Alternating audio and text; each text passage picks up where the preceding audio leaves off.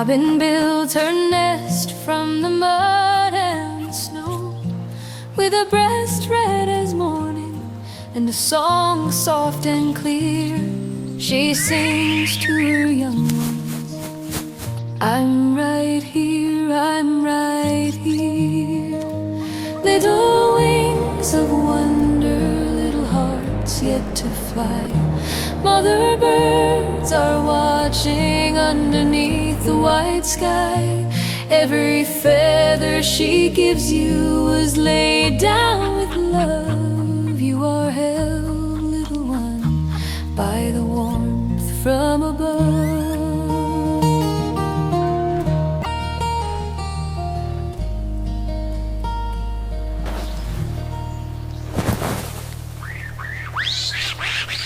You know that specific moment that happens every spring, usually so quietly you just completely miss it. You're looking out your window and there's a bird on that patch of bare lawn. Oh, yeah. Tilting its head to one side with that, sharp, calculated attentiveness. Exactly. And then snap it pulls a worm right from the earth with his clean, decisive tug. I mean, it's an American robin. For anyone living in North America, whether you're up in Alaska or down in Florida, it feels like the most ordinary background noise of daily life. Right. It is so deeply familiar that it borders on invisible, honestly. You see the reddish breast, you hear that complex song at dawn, and your brain just categorizes it as a default bird and moves on. Yeah, we rarely stop to consider the mechanics of what we're actually looking at. Yeah. Which is exactly why we are dedicating this deep dive to a stack of sources you sent our way. It's this really fascinating mix of ornithological research papers, ecological surveys, and your own notes. Yeah, the research on urban bird adaptation is just wild when you really get into it. It really is. So our mission today is to deconstruct this supposedly ordinary bird.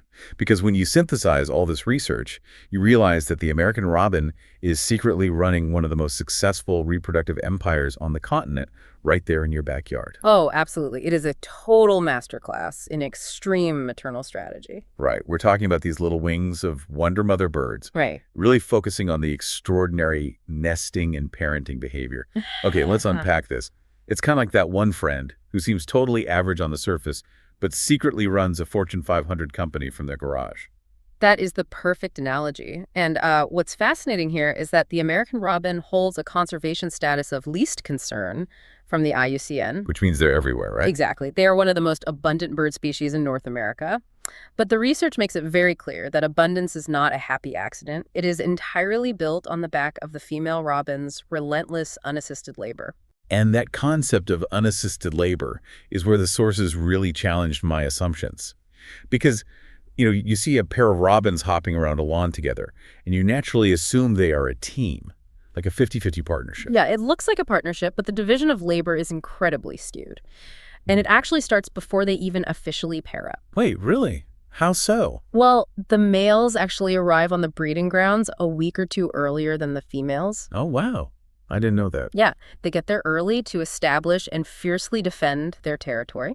They find the highest vantage points, they sing aggressively, and their entire biological imperative is just to advertise their fitness and secure a perimeter. Okay, so then the females arrive.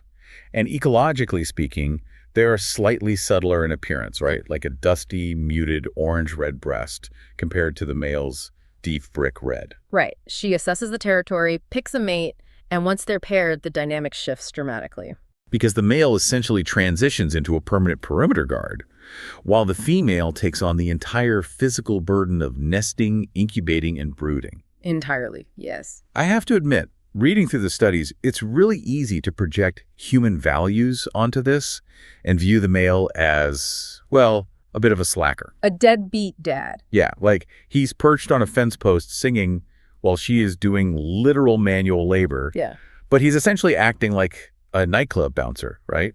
He's not serving the drinks, but he's keeping the floor clear. That's exactly it. You have to look at the evolutionary pragmatism behind this. Robin chicks are allotricial, meaning they hatch completely helpless. And they grow incredibly fast, right? So fast. And that requires an astronomical amount of food from a very tight radius around the nest. So if the male is out there constantly defending the perimeter, He is ensuring that rival males don't eat all the local insects and worms. Ah, so he's securing the fuel she's going to desperately need. Exactly. He ensures rival males don't deplete the resources she needs to sustain her intense labor. That makes total sense. And the specific environment where this plays out is so interesting because we tend to think of nature as deep forests, but robins thrive in the human-altered in-between. Right. They are edge habitat specialists. Historically, they relied on wildfires to clear patches of forest next to trees. And today, we call that a suburb. We basically engineered their perfect biome.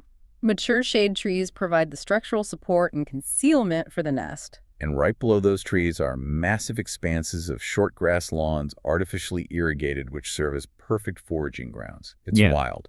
Which brings us to the actual construction of the nest. Yes, the mud fortress. Because this is a solo engineering project undertaken entirely by the female, right? Usually over 5 to 10 days.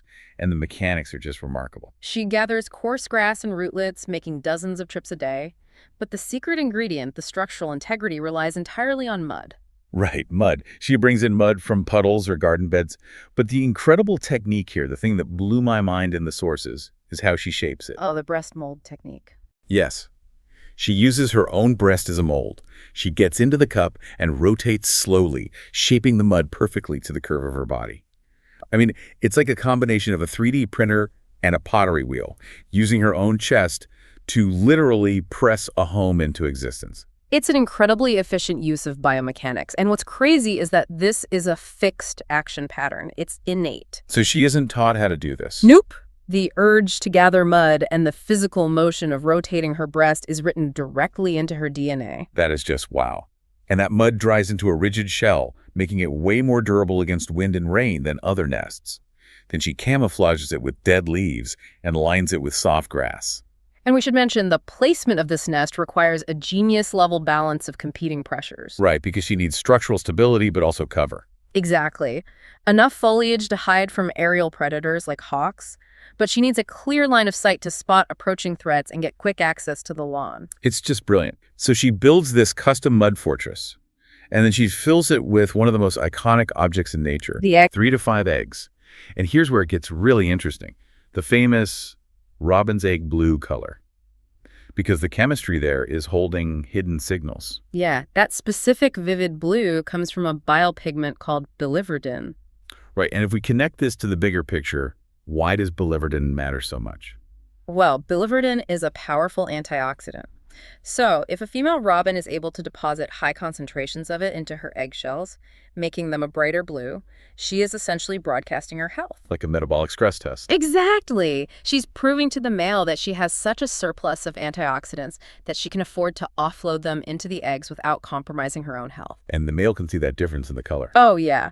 Avian vision is highly sensitive to the blue and UV spectrum. Brighter blue means higher antioxidants, which signals to the male that these are high-value chicks. He might actually invest more in helping later because of it. That is unbelievable. And it also helps her spot fawn eggs from parasitic brown-headed cowbirds, right? Exactly. But once those eggs are laid, the incubation phase begins. And again, she is completely alone for 12 to 14 days. Right. And to incubate them, she uses a brood patch. Can you explain what that is for the listeners? Yeah. So she sheds the feathers on her belly, creating a bare, blood vessel-rich area of skin to transfer her core body heat directly to the eggs. But wait, she's incubating alone, so she has to leave the nest to eat, right? She takes 20 to 50-minute foraging breaks. Okay, so the stakes there are incredibly high. How does she not freeze the eggs on a cold spring morning if she's gone for almost an hour? Well, this is where the synergy of her earlier labor comes in. Remember the mud? The mud fortress? Yes. The mud walls of the nest act as thermal mass. They absorb her heat and act as insulation to keep the eggs warm while she's away. Oh, wow. So the architecture she painstakingly built is the exact thing that gives her the biological luxury of leaving to feed herself. It's a perfect closed-loop survival strategy. That's amazing. But then the eggs hatch. And that peaceful incubation period just shatters into a chaotic, nonstop physical grind. Oh, it is relentless because, again, the chicks are altricial. They're blind, naked, and incapable of thermoregulation. They just open those giant yellow rim mouths at the slightest vibration or shadow. And that visual cue triggers an inescapable response in the mother. She ends up feeding them up to 40 times a day. 40 times a day. I mean, I was reading that and just expressing sheer disbelief at that metric. It's like someone simultaneously running a high-volume Michelin star kitchen and a hazardous waste disposal team. Hazardous waste is the perfect way to describe the sanitation strategy. Because the chicks produce these fecal sacs, right? Like these membranous waste packets. Yes, a durable mucus membrane encasing the waste. It's basically a diaper service. And she removes them instantly. I read she sometimes eats them early on. She does, yeah. Because the chicks' digestive systems are inefficient at first, so the sacs still contain unprocessed nutrients. Okay, a little gross but efficient. But later she flies them far away to drop them. Why go through all that effort just to take out the trash? Because it's a life or death necessity. It's not about being tidy. It's an olfactory cloaking device. An olfactory cloaking device. I love that phrasing. It's true. A smelly nest attracts raccoons, crows, snakes, and cats. By flying those sacs away, the mother is actively erasing their scent signature from the environment. Wow. So she's feeding them 40 times a day and cloaking the nest for 2 weeks straight at a breakneck pace. And then after 13 to 15 days, the chicks outgrow the nest. They spill out as fledglings. And this is where the fledgling crisis happens, right? Yeah. Because what looks to humans like a tragedy is actually her final masterful strategic maneuver. Right. Listener takeaway here, we humans constantly think these spotted ground-hopping birds are abandoned and need rescuing. Oh yeah, you see them in the mulch looking awkward. You just want to put them back in a tree. But they aren't abandoned. The mother is tracking their calls and managing this scattered logistics network of feeding them on the ground. And dispersing them actually diffuses the risk, right? Yeah. If a predator finds one fledgling, the others still have a chance. Exactly. But here is the massive twist. While she's managing this ground-level feeding operation, the male finally steps up to take primary feeding duty. The bouncer finally serves a drink. But why? Because the female is already building her second nest. Wait, she is already starting over. Yes. She can pull off 2 to 3 broods a season. That's 8 to 12 young a year. So what does this all mean? Yeah. How can a bird survive this level of burnout? Doing that entire process once is a miracle, but doing it 3 times in a single summer seems physically impossible. Well, this raises an important question about survival. This relentless, overlapping reproductive assembly line is the species' ultimate shield. A shield against modern threats. Exactly. Against window strikes, outdoor cats, habitat loss, her sheer productivity is what keeps the robin population thriving, while other species are in steep decline. She is basically outworking the apocalypse. She really is. So to recap this whole journey, from the mud molding and the blue egg signaling to the 40 trip a day feeding frenzy and the overlapping broods, this ordinary bird on your lawn is actually a marvel of biological engineering and maternal endurance. Absolutely. So if you spot a nest out there, keep about 15 feet away so you don't cause abandonment, but watch closely. Look for her bringing mud, or removing those white fecal sacs, or even flattening herself when the male sounds an alarm. Yeah, just take a moment to really observe them. It leaves you with a really provocative thought to mull over, I think. What's that?